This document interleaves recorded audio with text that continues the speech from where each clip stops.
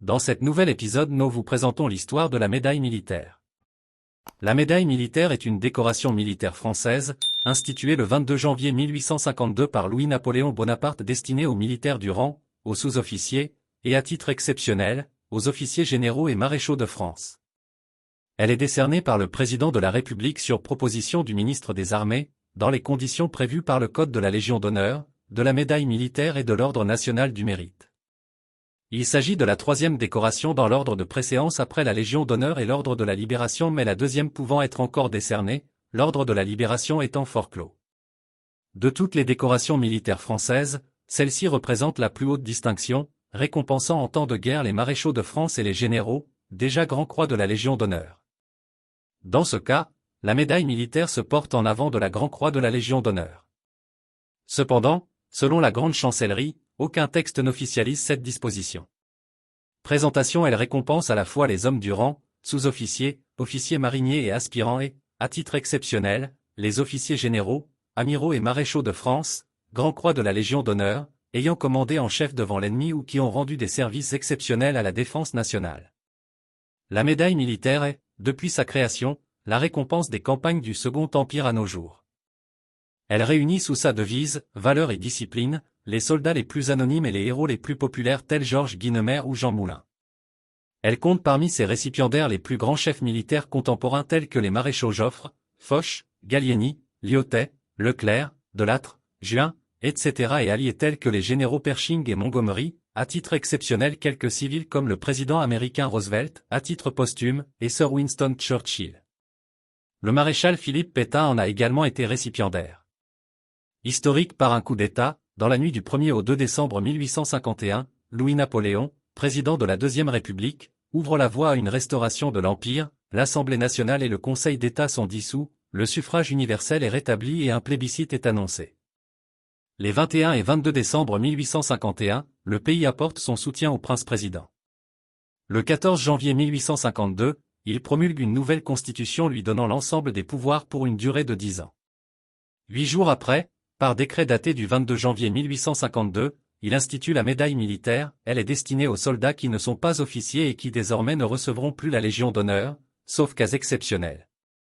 Par cette mesure, Louis-Napoléon veut satisfaire les officiers, dont nombre n'acceptent pas de devoir partager cette distinction avec la troupe, et obtenir leur soutien à son coup d'État. C'est sa propre effigie avec son prénom, Louis-Napoléon, qu'il utilise sur l'avers de la médaille qu'il crée et qui est décrite dans un décret du 29 février, lequel en fixe également les attributions. Elle est de plus surmontée de l'aigle impérial, tenant 2 éclairs de foudre dans ses serres. Cette décoration est inspirée de l'ordre de la couronne de fer d'Italie, institué par son oncle Napoléon Ier, en reprenant le ruban ainsi que la dominante argent de la décoration proprement dite. À noter d'ailleurs que le ruban originel de la médaille militaire était à dominante jaune-orangé avec des liserés vert foncé. Il a ensuite évolué à partir de 1870 en devenant jaune avec des liserés vert clair. En créant la médaille militaire, le prince-président Louis-Napoléon Bonaparte entend récompenser les mérites des meilleurs soldats et sous-officiers. Le 22 mars 1852, face au carrousel du Louvre, il s'adresse ainsi aux 48 premiers récipiendaires qui se sont distingués au cours des campagnes d'Algérie. Soldats, combien de fois ai-je regretté de voir des soldats et des sous-officiers rentrer dans leur foyer sans récompense, quoique par la durée de leur service, par des blessures, par des actions dignes d'éloge, ils eussent mérité un témoignage de satisfaction de la patrie. C'est pour le leur accorder que j'ai institué cette médaille. Elle assurera 100 francs de rente viagère, c'est peu, certainement, mais ce qui est beaucoup, c'est le ruban que vous porterez sur la poitrine et qui dira à vos camarades, à vos familles, à vos concitoyens que celui qui la porte est un brave. Tout change lors de la deuxième cérémonie de remise de décoration, le 10 mai 1852. Ce jour-là, Louis-Napoléon décore 1705 soldats et sous-officiers devant 80 000 soldats et une foule immense de Parisiens massés sur le champ de Mars. Mais surtout, il fait avec habileté, le même jour, le choix d'épingler la décoration sur l'uniforme de 2 nouveaux maréchaux de France, Honoré Charles Reille et Jean-Baptiste Vaillant, en récompense suprême. Cette initiative, étendue le 13 juin 1852 aux généraux et aux amiraux ayant rendu des services exceptionnels, comme la fonction de ministre ou le commandement en chef, assure pour toujours le prestige de la médaille militaire.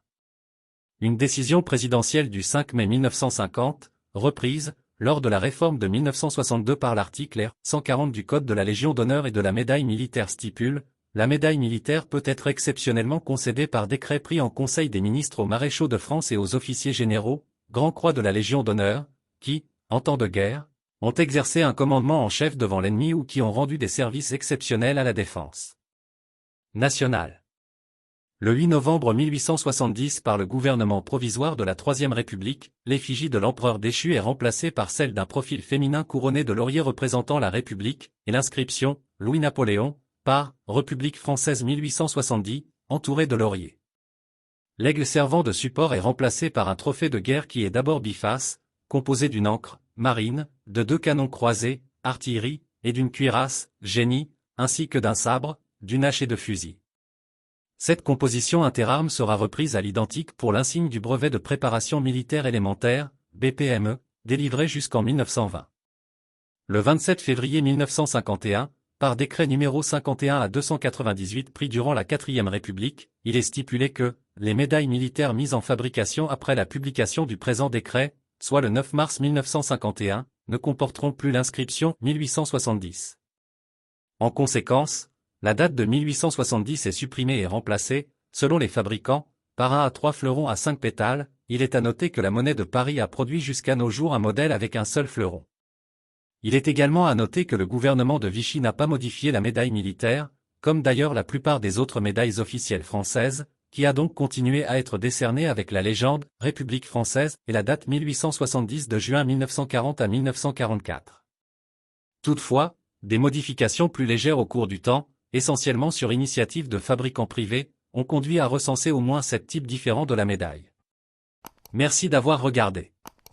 À bientôt dans d'autres épisodes de notre collection.